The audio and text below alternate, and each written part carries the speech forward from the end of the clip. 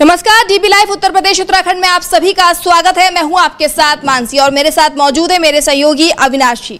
दोस्तों, जैसा कि आप सभी जानते हैं कि यूपी में उपचुनाव हुए, कहने को तो सिर्फ ये 9 सीटों पर उपचुनाव हुए, मतदान हुए, लेकिन इस दौरान भी धांधली की खबरें लगातार सामने आई। लेकिन इस धांधली की खबरों को छुपाने के लिए यूपी के संभल में बड़ी हिंसा हो गई, जिसके बाद से वहां की सियासत गरमाई हुई है और विपक्ष लगातार योगी सरकार पर हमलावर है और ये मामला लगातार बढ़ता ही जा रहा है। बात अगर संभल की करें तो वहां पर अभी भी जो है शांति कराने की कोशिश की जा रही है, वहां का माहौल अभी भी गरमाया हुआ है और इस बीच लगातार विपक्ष हमलावर है। और इस मामले पर अब वहां के सांसद ने योगी सरकार से बड़ा सवाल किया है और उनसे पूछा है कि आखिर जिन्होंने बवाल कराया था उन आरोपियों की जो तस्वीरें हैं वो कब चस्पा की जाएंगी। तो इस बारे में जानकारी देने के लिए हमारे साथ मौजूद है हमारे सहयोगी अविनाश जी। अविनाश जी, क्या मांग की है वहां के सांसद ने, एक बार हमारे दर्शकों को बताइए। जो है संभल के जो सांसद हैं, पुलिस ने तो एफआईआर उनके खिलाफ भी दर्ज कर रखी है कि उन्होंने ये बवाल फैलाया है। लेकिन उन सांसद का पहला तो कहना यही था कि जिस दिन सर्वे हुआ, जिस दिन वहाँ ज़बरदस्त हिंसा हुई, उस दिन वो बेंगलोर में थे। लेकिन फिर भी यदि पुलिस ने एफआईआर दर्ज कर ली है तो वही पुलिस को पूरी जाँच करनी चाहिए इस पूरे मामले में। लेकिन ये जाँच एक तरफा नहीं होनी चाहिए। पहला मामला तो यही कि पुलिस ने करीब 100 लोगों के पोस्टर जारी कर दिए हैं, शहर में चिपकाए हैं और उनसे कहा है कि भाई ये लोग इन्होंने बवाल किया, उनके खिलाफ एफआईआर है, गिरफ्तारी होगी और उनसे वसूली भी होगी। तो इसको लेकर उन्होंने कहा है कि हम इस मामले को लेकर सुप्रीम कोर्ट में भी जाएंगे कि सुप्रीम कोर्ट ने ये आदेश दिया था कि आप किसी के पोस्टर इस तरीके से दीवारों पर नहीं लगा सकते कि ये किसी पर कोई भी आरोप है कि भाई वो दोषी नहीं है किसी चीज़ का, कि आपने बस खाली एक आरोप लगा दिया है एफआईआर में अज्ञात लोगों के नाम से और उसके बाद आपने उसके पोस्टर चिपकाने शुरू कर दिए। सुप्रीम कोर्ट ने साफ मना किया था। योगी सरकार के इन्हीं आदेशों के खिलाफ भी एक रिट गई थी, तो उस पर सुप्रीम कोर्ट ने कहा था कि आप पोस्टर नहीं लगा सकते हैं। तो अब ये पोस्टर क्यों लगाए जा रहे हैं? क्या सुप्रीम कोर्ट का आदेश को चुनौती दी जा रही है? इसी को लेकर संभल के सांसद जवाहर रहमान ने कहा है कि ये पोस्टर लगाना पूरी तरीके से गैरकानूनी है, ये सरकार इस तरीके के काम नहीं कर सकती और इसको हम लेकर सुप्रीम कोर्ट में जाएंगे और सुप्रीम कोर्ट से मतलब योगी सरकार से सवाल पूछा जाएगा कि भाई जब कोर्ट का सीधा सीधा आदेश है तो इस तरीके के काम क्यों किए जा रहे हैं, कि क्या सरकार अब सुप्रीम कोर्ट को भी नहीं मानेगी? तो पहला मामला तो यही बनता है पोस्टर को लेकर। और उसके बाद भी उन्होंने कई आरोप लगाए हैं। सबसे बड़ा आरोप तो पुलिस प्रशासन के ऊपर ही है कि पुलिस जो चीज बोलती है दूसरे दिन उसी चीज से वो पलट जाती है। तो पुलिस ही अपने एक चीज स्टैंड पर कायम नहीं है। 24 तारीख से लेके और अब तक वो हर बार लगातार अपनी ही बात से पलट रही है। इसको लेकर भी उन्होंने कई सवाल उठाए हैं। तो अब आगे देखना है कि मतलब कि इस पे पुलिस का स्टैंड क्या रहता है। अभी तक तो जो चल रहा है वो पूरा वन साइडेड ही चल रहा है मामला पूरा। तो बाकी जो तो अखिलेश यादव के जवाहर रहमान के साथ सपा के बाकी नेताओं ने भी आरोप लगाए हैं। तो अब देखने के इस पर क्या होता है। अविनाश जी, जैसे कि कल हम शाम को बात कर ही रहे थे इस मामले में कि लगातार जो है बीजेपी सरकार की रणनीति रही है या फिर ये मतलब हिंदू मुस्लिम की रणनीति के आरोप लगातार विपक्ष लगाता ही रहता है और मस्जिद और मंदिर को लेकर विवाद चलता ही रहता है जब से योगी सरकार आई है यूपी में। तो वहीं अब ये मामला राजस्थान में भी नजर आ रहा है। अजमेर शरीफ की जो दरगाह है उसको लेकर भी कल हम चर्चा कर ही रहे थे कि ये ब्रेकिंग खबर आई थी कि वहां की जो दरगाह है उसकी भी अब जांच करवाई जाएगी और ऐसा आदेश दिया जा रहा है कि शायद अब वहां पे भी कार्रवाई कराई जाएगी। तो क्या कहना चाहेंगे कि अब इस बीच जहां ये मामला थमा ही नहीं है, यूपी के संभल का मामला अभी तक हिंसा हुई है, वहां पर इस मामले को लेकर जांच चली रही है और पक्षों में काफी ज्यादा दो पक्षों में विवाद चल ही रहा है और इस बीच अभी देखा जा रहा है कि ये मामला भी सामने आ गया है। क्या कहना चाहेंगे इस पर? हाँ, ये एक्चुअल में देखा गया है कि सरकार जब भी किसी एक मामले में बुरी तरीके से फंसती है तो फिर दूसरा मामला सामने लेके आ जाती है और तो उससे क्या होता है, जनता का जो ध्यान है पूरी तरीके से डाइवर्ट हो जाता है। 23 तारीख को जो नतीजे आते हैं तो आपने देखा कि नतीजों से पहले जो बवाल कटा हुआ था 20 तारीख की वोटिंग से पहले ये याचिका चली जाती है संभल कोर्ट में, ठीक है। और उसके बाद जब वोटिंग में बवाल होता है जबरदस्त, उसके वीडियोस वायरल होते हैं और 23 तारीख को जब चुनाव नतीजे आते हैं और चुनाव नतीजों को लेकर योगी सरकार बुरी तरीके से घिर जाती है तो 24 तारीख को संभल की घटना हो जाती है। अब संभल की घटना को लेकर जब सरकार बुरी तरीके से फंस गई है तो अब एक याचिका अजमेर शरीफ को लेकर आ जाती है। अब अजमेर शरीफ के लेकर बात शुरू हो गई है। तो जाहिर सी बात है मतलब संभल के मामले से लोगों का ध्यान डाइवर्ट करने के लिए ये अजमेर शरीफ वाला मामला उठाया गया है और इसको लेकर तो अखिलेश यादव और रामगोपाल यादव ने ही बोला है कि एक तरफ तो प्रधानमंत्री चादर भेजते हैं और उसके बाद अब कहते हैं कि भाई वो तो जो वो दरगाह है ही नहीं है, वो तो मस्जिद है। तो भाई आपकी वहाँ आस्था किस बात के लिए है? तो जाहिर सी बात है कि एक मामले को कि संभल से लोगों का ध्यान हटे, इसलिए अब अजमेर का मामला सामने वो उठा दिया गया है। लेकिन अजमेर बहुत बड़ा मुद्दा नहीं, इस समय जो सबसे बड़ा मामला संभल को लेकर ही है कि संभल में जिस तरीके से प्रशासन पूरा तरीके से फेल हुआ है और उसके बाद जो कार्रवाई शुरू हो रही है जिस तरीके की, पूरी कार्रवाई एक साइड वन साइडेड दिखाई दे रही है कि आप कह रहे हैं कि भाई जो लोग मारे गए हैं उनको अभी तक कोई राहत वितरण नहीं किया गया है, जबकि ये कहा जाता है कि भाई जब यदि इस तरह की कोई घटना होती है, लोगों को जाने की क्षतिपूर्ति होती है तो तुरंत ही सरकार की तरफ से आर्थिक मदद दी जाती है, लेकिन सरकार इस मामले में आर्थिक मदद देगी भी कि नहीं देगी ये अभी तक तो यही क्लियर नहीं है। और दूसरा मामला ये है कि जो सांसद हैं वहाँ के जी.आर. रमन, उनका कहना है कि जो सर्वे का मामला था, एक तो सर्वे की रिपोर्ट जो कोर्ट ने आदेश दिए और इतना तेजी से सर्वे की कार्रवाई शुरू हो गई, बोले ये तो किसी को समझ में ही नहीं आ रहा था। और दूसरा ये है कि जब सर्वेयर टीम वहाँ पहुंची तो उनसे सिर्फ यही सवाल किया गया था कि भाई सर्वे हो क्यों रहा है। तो भाई मस्जिद के आसपास पूरी मुस्लिम आबादी है आसपास में, तो करीब वो लोग, उनका कहना है कि 200-300 लोग जुट गए थे, लेकिन जब पुलिस ने उन लोगों को सवाल के जवाब में लाठियां चलाना शुरू कर दी तो उसके बाद से लोग भड़क गए। और दूसरा ये था कि एक पक्ष की तरफ से नारेबाजी भी शुरू हो गई थी। तो इन सब मुद्दों पर पूरी जांच होनी चाहिए। सबसे पहले तो ये कहा जा रहा था, पुलिस ने कहा कि भाई गोली चलाने के आदेश नहीं थे। जब गोली चलाने के आदेश नहीं थे तो कई वीडियो आना शुरू हो गए जिसमें गोलियां चलाई जा रही थी, तो फिर पुलिस की तरफ से कहा गया कि सामने से गोली चल रही थी तो भाई उसका हमें काउंटर करना था। तो भाई जब गोली चलाने के आदेश नहीं, बिना आदेश दिए पुलिस कैसे गोली चला सकती है? ये पुलिस अपनी बात से लगातार पलट रही है, तो इसको लेकर वो खुद फंसी हुई है। और यही चीज़ वहाँ सांसद हैं उन्होंने सवाल उठाया है कि भाई जो जांच होनी चाहिए वो पूरी तरीके से निष्पक्ष जांच होनी चाहिए, क्योंकि पुलिस की जो जांच दिखाई दे रही है वो उस तरीके से दिखाई दे रही है कि पूरी जांच को पहले से एक स्क्रिप्ट पूरा तैयार है उनके पास में और उनकी रिपोर्ट क्या आनी है वो तो तैयार हो गई है, बस खाली उनको जाँच करनी है। तो इस मामले को लेकर उनका भी कहना है कि भाई कम से कम कोर्ट केस के अंडर में अब जुडिशली इसकी जाँच होनी चाहिए। पुलिस की जाँच पर अब किसी को भरोसा नहीं है, खासतौर पर जब पुलिस एक ही तरफ की तरफ जांच कर रही है, दूसरी तरफ को लोगों को उन्होंने पहले से ही क्लीन चिट दे दी है कि भाई, और जो नारेबाजी थी तो नारेबाजी के लिए उन्होंने कह दिया कि भाई वहाँ के जो वकील थे विष्णु जैन, उनको देखकर उन लोगों ने नारेबाजी की। अब कल एक दिन पहले तो कुछ और उनके बयान चल रहे थे। इस तरीके से बयान लगातार पलट रहे हो। जो सवाल भी तो उठता है कि जब वकील साथ में थे, पुलिस साथ में थी, तो फिर ये नारेबाजी क्यों नहीं रोकी गई? उनको क्या पता नहीं था कि वहाँ का माहौल कैसा है, वहाँ कैसे लोग रहते हैं, किस धर्म के लोग रहते हैं? अगर वो ये नारेबाजी करेंगे तो इसका असर पड़ सकता है, तो उस दौरान वो रोक सकते थे उनको। ये सवाल भी अपने आप में बड़ा खड़ा होता है। हाँ बिल्कुल, ये सवाल खड़ा होता है कि भाई इस तरीके की घटना जब आपको पता है कि एक मस्जिद का आप सर्वे करने के लिए जा रहे हैं, एक पक्ष थोड़ा सा उग्र हो सकता है इस मुद्दे को लेकर, क्योंकि एक के बाद दूसरी बात तीसरी मस्जिद के जिस तरीके से आदेश सर्वे के दिए जा रहे हैं, तो वो जाहिर सी बात है उनके अंदर गुस्सा तो भरा हुआ है और उसके ऊपर आप नारेबाजियां शुरू कर देते हैं। और जो भी रोका जाता है वो एक पक्ष को ही रोका जाता है, दूसरे पक्ष को रोका ही नहीं जाता। तो जाहिर सी बात है सरकार की या प्रशासन की पूरी कोशिश ये चल रही थी कि किसी तरीके से हल्का फुल्का टकराव हो। इतने बड़े टकराव की संभवता शायद उनको भी उम्मीद नहीं रही हो कि जिसमें 4-5 लोगों की जान चली जाएगी, लेकिन जो टकराव हुआ है उसका सीधा सीधा माना जा रहा है कि पूरा प्रशासन था उसका फेलियर ये रहा है। लेकिन जो एक मुद्दे को लेकर जरूर यह माना जा रहा है कि सरकार कामयाब हो गई है कि चुनाव के दौरान जो हिंसा हुई थी आज की तारीख में उस पर कोई भी बात नहीं हो रही है। जो भी बात हो रही है संभल को लेकर बात हो रही है और यह मुद्दा अब संसद तक पहुंच गया है। सपा के सांसदों ने लोकसभा अध्यक्ष से बात की है और इस मुद्दे को उन्होंने संसद में भी उठाने की परमिशन मांगी है, लेकिन लगता नहीं है जिस तरीके से यूपी पुलिस या यूपी प्रशासन नहीं सुनना है उस तरीके से उनकी लोकसभा में भी सुनी जाएगी और ये मुद्दा संभवतः लोकसभा में भी उठाने की परमिशन नहीं दी जाएगी। अभी इस चीज में मैं ऐड करना चाहूंगी अविनाश जी आपको कि डिंपल यादव का भी बयान आया था, तो उन्होंने बोला था कि इस मामले में हमने बात करने की कोशिश की है, तो वहाँ के स्पीकर ने बोला है कि हाँ हम इस पर बात कर सकते हैं। मतलब ये बोला है कि हम कर सकते हैं बात इस पर। हाँ बात कर सकते हैं, बात करेंगे कि नहीं करेंगे। यदि उन्होंने प्रस्ताव दिया है तो स्पीकर को सीधा उस पर फैसला लेना चाहिए। भाई फैसला तो स्पीकर को ही लेना है ना कि भाई इस पर चर्चा होनी चाहिए कि नहीं होनी चाहिए, कि क्या वो सरकार से पूछेंगे कि भाई इस पर चर्चा कराएं कि नहीं कराएं।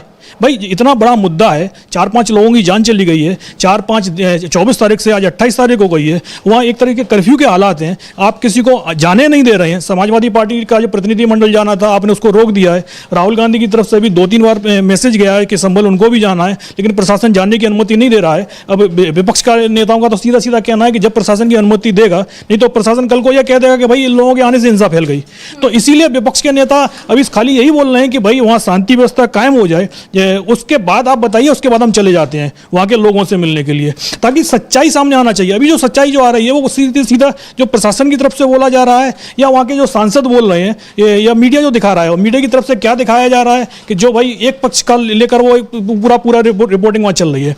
तो जो सच्चाई आनी चाहिए उसके लिए भाई जो सिविल सोसाइटी के लोग हैं या राजनीतिक दल से जुड़े हुए लोग हैं तो उनका वहाँ लोगों से के पास जाना ज़्यादा जरूरी है। और ये कहा जा रहा है कि 30 तारीख को शायद समाजवादी पार्टी का प्रतिनिधिमंडल जो विधानसभा में नेता विपक्ष है माता प्रसाद पांडे उनके नेतृत्व में जा सकता है और शायद उसी दिन शायद राहुल गांधी भी संभल जा सकते हैं। तो जब उनकी दौरे होते हैं तो उसके बाद काफ़ी चीज़ें निकल कर बाहर आएंगी कि वहाँ हुआ क्या है। अभी तक तो वहाँ कर्फ्यू के हालात हैं, नेट अभी भी बंद चल रहा है, मोबाइल सेवा ठप पड़ी हुई है और उसको लेकर पूरा का पूरा संभल का समय बिजनेस बंद चल रहा है। प्रशासन भले ही कह रहा है कि भाई वहाँ शांति कायम हो गई है, अब लोग भाई मतलब स्कूल खोलने के आदेश दे दिए हैं, लेकिन बाजार खुल गया है, लेकिन बाजार खुलने से होगा क्या? आज की इस बीच आपको बता दूं कि कहा जा रहा है कि बाजार खोल दिए गए, स्कूल खोल दिए गए, लेकिन इस बीच खबर ये भी है कि बच्चे स्कूल जा ही नहीं रहे, लोग घरों से निकल नहीं रहे, यहाँ तक कि घरों में ताला डालकर वो कहीं रिश्तेदार क्या जा रहे हैं या कहीं और चले जा रहे हैं। मतलब इतना खौफ है अभी भी, जहां पुलिस प्रशासन ये कह रही है कि वहां पर शांति बहाल करने की कोशिश की जा रही है और बाजार खुल गए हैं। सबसे बड़ी बात तो यही है कि वहाँ इतना ज़बरदस्त खौफ का माहौल है कि जब आपने 3000 से ज़्यादा लोगों के खिलाफ FIR दर्ज कर लिए, एक 5वीं FIR और दर्ज हो गई अभी, तो उस अज्ञात लोगों के खिलाफ FIR है, आप किसी को भी उठा सकते हैं कि पोस्टर तो आप लगा ही रहे हैं, इसके अलावा अज्ञात लोगों के खिलाफ FIR दर्ज की गई है। कोई भी शख्स कह देता है कि किसी से किसी की भी कोई भी झगड़ा हो और वो कह दे कि भाई उस दिन जो बवाल हुआ था ये भी वहाँ मस्जिद के पास में ही थे, तो पुलिस सीधा उसको अरेस्ट कर लेगी। और दंगा और यानी कि इतनी गंभीर धाराएं लगी हुई हैं कि एक बार कोई अरेस्ट हो गया तो उसके लिए 6-8 महीने तक जेल से बाहर आना मुश्किल हो जाएगा। तो लोग बाग तो इस समय अपना घर छोड़ के ही चले गए हैं, तो जाहिर सी बात है जब वो घर छोड़कर चले गए हैं तो फिर स्कूल यदि खुल भी जाता है तो बच्चे तो स्कूल वैसे भी नहीं आएंगे, क्योंकि इतना तनाव का माहौल इस समय भी बना हुआ है। वहाँ सरकार की तरफ से मतलब प्रशासन की तरफ से कहा गया है बाजार खोल दिए गए हैं, लेकिन बाजार में अभी बहुत चहल पहल नहीं दिखाई दे रही है। और दूसरा हम जो हमने बताया है कि आप जब तक इंटरनेट सेवाएं बंद रखेंगे तब तक बाजार खोलने से का और ना खोलने का कोई मायने नहीं है, क्योंकि आज की तारीख में 80 से 90% जो बिजनेस होता है वो सारा नेट के थ्रू ही होता है। आज की तारीख में कोई भी शख्स जब भी पेमेंट करने के लिए जाता है तो वो ऐप के द्वारा पेमेंट करता है। कैश पेमेंट आज की तारीख में काफ़ी कम हो गई है। तो इसके लिए यदि जब तक आप इंटरनेट सेवाएं शुरू नहीं करेंगे तो तब तक कुछ पता नहीं चलेगा। लेकिन सरकार को यह भी डर लग रहा है कि नेट सेवा शुरू जैसे ही करेंगे वैसे ही व्हाट्सएप और बाकी जो सोशल मीडिया हैं हैंडल उनके द्वारा ये जो संभल में जो घटनाएं घट रही हैं उनकी सच्चाई बाहर तक आ सकती है। तो इसको लेकर वो सरकार अभी जो वहाँ प्रशासन है वो इस पर फैसला नहीं ले पा रहा है। तो 30 तारीख को सरकार की मतलब जो विपक्ष के नेता जब पहुंचेंगे वहाँ तो उसके बाद ही वहाँ संभल में क्या हुआ है इसके बारे में बहुत सारी चीज़ें निकल कर सामने आएंगी। लेकिन फिलहाल तो प्रशासन पर सीधा सवाल उठ रहे हैं कि भाई संभल में इतनी बड़ी घटना हो गई और प्रशासन को सब कुछ पता होने के बावजूद भी वो उसको कंट्रोल क्यों नहीं कर पाया।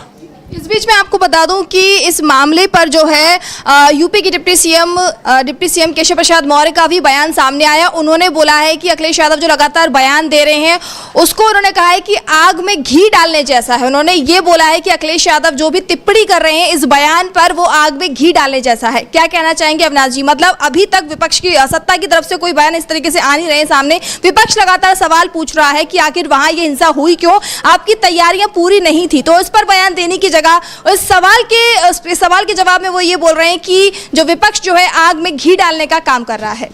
अखिलेश यादव ने सिर्फ सवाल उठाए हैं, अखिलेश यादव ने ऐसा कोई भी बयान नहीं दिया जिससे वहाँ हिंसा बढ़ के। अखिलेश यादव ने सिर्फ प्रशासन से सवाल उठाए हैं, अखिलेश यादव ने सरकार से सवाल पूछा है कि आपके रहते हुए इस तरह की घटनाएं क्यों घटी, इस तरीके के सर्वे के आदेश क्यों निकल रहे हैं। मतलब एक के बाद दूसरा मस्जिद का सर्वे, और इस मामले में तो जो कार्रवाई हुई है उस पर तो मतलब एक तरीके से सुप्रीम कोर्ट को ही संज्ञान लेना चाहिए था कि भाई एक पक्ष जाता है, कुछ ही घंटे में सुनवाई शुरू हो जाती है, 2-2.5 घंटे सुनवाई होती है, दूसरे पक्ष को पता ही नहीं चलता और नोटिस जारी हो जाता है, सर्वे टीम गठित हो जाती है और सर्वे टीम पहुंच भी जाती है। जब वो कोर्ट का आदेश लेके पहुंचते हैं तब मस्जिद कमेटी के मस्जिद के जो सदस्य हैं उनको पता चलता है कि इस तरीके का कोई आदेश भी जारी हो गया है कोर्ट से। तो अब उसके बाद भी उन्होंने कहा कि भाई ठीक है कोर्ट का आदेश है तो आप सर्वे कर लीजिएगा, लेकिन उसके बाद जो कुछ हुआ है उसको वो तो सबने देखा है कि जब आपको पता है कि उस दिन तो सर्वे हो गया था 19 तारीख को, लेकिन बाद में जब 24 तारीख को सर्वेयर टीम जाती है तो जाहिर सी सर्वेयर टीम को भी इस चीज़ का एहसास था कि भाई लोगों में इस चीज़ को लेकर गुस्सा है।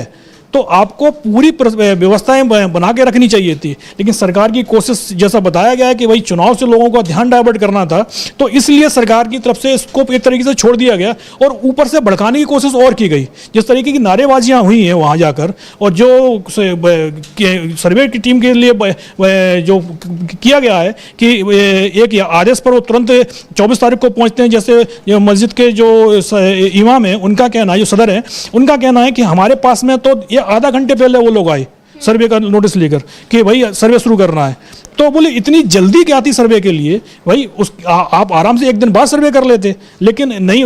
एक तरीके से ऐसा लग रहा था कि एक रिपोर्ट उनको जल्दी से जल्दी कोर्ट में सबमिट करनी है, और अब ये कहा जा रहा है कि शायद कल ये सर्वे टीम अपनी रिपोर्ट जो है वो कोर्ट में सबमिट करने वाली है, क्योंकि 30 तारीख तक का समय दिया गया था। कल 29 तारीख को, 30 तारीख को इस पर सुनवाई होगी, तो शायद कल शाम को ये रिपोर्ट कोर्ट में सबमिट भी हो जाए। लेकिन सर्वे क्या हुआ है, क्या नहीं हुआ है, ये तो अभी समझ में ही नहीं आ रहा है, क्योंकि 2 दिन का सर्वे, और उसमें भी कमेटी ने का कहना है कि भाई वहाँ ज़बरदस्त बवाल मचा हुआ था। तो किस तरीके का सर्वे हुआ है, ये तो सीलबंद रिपोर्ट जाएगी, बाद में पता चलेगा कि इसमें निकल के क्या आया है। लेकिन जो संभल में हुआ उसको लेकर सीधा पहली बार तो जुडिशली पर भी सवाल उठ रहे हैं कि इस तरीके के आदेश कैसे दे दिए गए, और दूसरा प्रशासन पर तो सीधा सवालिया निशान है ये कि भाई इतना बड़ी घटना हो गई और उसके बाद प्रशासन को मतलब इस मामले में कोई खबर ही नहीं थी। तो अब जब सरकार फंस गई है, तो अब विपक्ष के नेता जो हैं अखिलेश यादव, उन पर ही उल्टा सवाल उठाए जा रहे हैं कि वो सवाल क्यों पूछ रहे हैं। अरे आपने कोई काम नहीं किया तो आपसे सवाल भी नहीं पूछा जा सकता क्या? अखिलेश यादव वही काम कर रहे हैं कि जो सरकार असफल हुई है उस पर वो पूछ रहे हैं सवाल को, और जिस तरह की कार्रवाई हो रही है वन साइडेड, दूसरी तरफ कार्रवाई क्यों नहीं हो रही? भाई जब टकराव होता है तो टकराव तो दोनों तरफ होता है। जो संपत्ति का नुकसान हुआ है, सरकारी संपत्ति का नुकसान तो मामूली हुआ है, वहाँ निजी संपत्ति का नुकसान ज़्यादा हुआ है, उसकी भरपाई कौन करेगा? तो जो कार्रवाई है उसको आप बैलेंस करके चलना चाहिए, और यही मांग अखिलेश यादव की तरफ से हो रही है। लगातार हम ये देख रहे हैं कि विपक्ष है जो लगातार इस मामले पर सरकार से सवाल जवाब कर रहा है, पूछ रहा है कि आखिर ये हिंसा हुई कैसे, क्यों ये तारीखें चुनी गई, तुरंत जब परिणाम आए उसके बाद ही क्यों यहाँ पर सर्वे करने के लिए भेजा गया। और अब इस मामले में जो है चंद्रशेखर आजाद की भी एंट्री हो चुकी है, आजाद समाज पार्टी के प्रमुख हैं, उन्होंने भी सवाल उठाया है कि आखिर ये सर्वे क्यों कराया गया, जबकि सुप्रीम कोर्ट से उन्होंने मांग की है कि इस मामले में वो भी दखल दें। तो एक बार आपसे पूछना चाहूंगी अविनाश जी कि आखिर क्या सुप्रीम कोर्ट का बार बार जिक्र किया जा रहा है इस मामले में लेकर, विपक्ष अब एक होता नजर आ रहा है, चाहे वो मायावती हो, चाहे फिर वो आजाद समाज पार्टी हो, या फिर समाजवादी पार्टी तो लगातार इस मामले को उठा ही रही है। तो क्या लगता है कि सुप्रीम कोर्ट अब इस मामले में क्या संज्ञान ले सकता है? नहीं, वैसे भी ये मामला सुप्रीम कोर्ट पहुंच चुका है। जो प्लेसेस ऑफ वर्शिप एक्ट था जो 1991 में लागू हुआ है, उसके यदि वो कानून माना जाए तो इस तरीके के सर्वे के आदेश नहीं दिए जा सकते। कि जब उसमें एक्ट में साफ साफ लिखा हुआ है कि 1947 के समय जब देश आज़ाद हुआ, उस समय जिस धर्म स्थल की जो प्रकृति थी उससे आप कोई छेड़छाड़ नहीं करेंगे, तो उसके बाद अब ये सर्वे के आदेश क्यों निकल रहे हैं? यदि जो मस्जिद है तो मस्जिद रहेगी, जो मंदिर है तो वो मंदिर रहेगा, जो गुरुद्वारा है वो गुरुद्वारा रहेगा, जो चर्च है वो चर्च रहेगा। तो अब आप करना क्या चाह रहे हैं? पहले तो आप सर्वे के आदेश देंगे, फिर उसके बाद आप कहेंगे कि भाई पुराने समय पर जो नक्काशी होती थी वो लगभग एक जैसी होती थी, फिर आप कहेंगे कि उस पर कमल का फूल बना हुआ है, फिर उसको लेकर किसी उससे जोड़ा जाएगा देवी देवता से, और उसके बाद उसका मंदिर का क्लेम करके फिर आप कोर्ट फिर चले जाएंगे।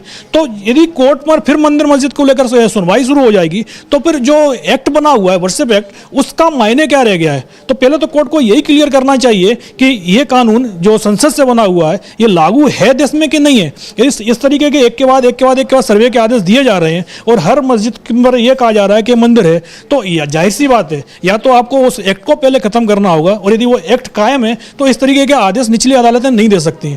और रामगोपाल यादव का भी यही कहना है कि भाई ये छोटी अदालतें हैं, अब वैसे तो अदालत कोई छोटी नहीं होती, छोटी अदालत भी बड़े से बड़े फैसले देती है, लेकिन जो जज हैं वो बहुत ही जूनियर जज होते हैं। जो अभी संभल की जिस कोर्ट से जो फैसला आया है वो जज भी 6 साल उनके वरिष्ठ हैं, लेकिन जिस तरीके के फैसले आते हैं वो उसका असर पूरे देश पर पड़ता है।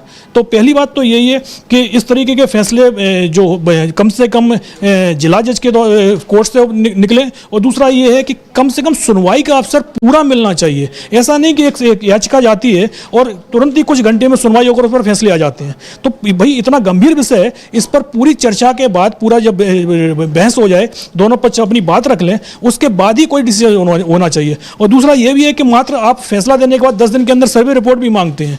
भाई दूसरे पक्ष को इतना समय भी देना चाहिए कि आपकी जो फैसला है वो उसको दूसरे को, आपसे ऊपर की कोर्ट में चैलेंज कर सके। यहाँ तो सामने दूसरा जो पक्ष है उसको कुछ अतः ही पता नहीं था, ये चैलेंज क्या करता, क्योंकि सर्वे की टीम तो सामने खड़ी हो गई थी आगे, तब तो उनको पता चलता है कि सर्वे होना है। तो इसीलिए रामगोपाल यादव हो या अखिलेश यादव हो, उन सबके यही सवाल है कि जो भी हो, चाहे जुडिशरी का फैसला हो चाहे प्रशासन का हो, वो पूरी तरीके से निष्पक्ष दिखना चाहिए। बहुत बहुत शुक्रिया अविनाश जी, आपने तमाम जानकारियां दी हमको। तो दोस्तों, जैसे कि आप सभी जानते हैं कि यूपी का जो मामला है, यूपी के जो संभल का मामला है, वो लगातार बढ़ता ही जा रहा है। उस पर विपक्ष लगातार हमलावर है, सवाल पूछ ही रहा है कि आखिर क्यों ये हिंसा की गई और ये हिंसा क्यों हुई, क्या इसके पीछे सरकार का हाथ था या फिर कोई और ही इसके पीछे कारण था, और उसके बाद जब हम वहां जाके जांच करना चाहते हैं या फिर हम जाना चाहते हैं तो हमें क्यों रोका जा रहा है। विपक्ष लगातार सवाल सत्ता पक्ष से पूछ ही रहा है। अब देखने वाली बात होगी कि आने वाले समय में इस खबर पर या इस मामले में और क्या अपडेट आती है। तब तक के लिए आप देखते रहिए DB Live उत्तर प्रदेश उत्तराखंड। नमस्कार।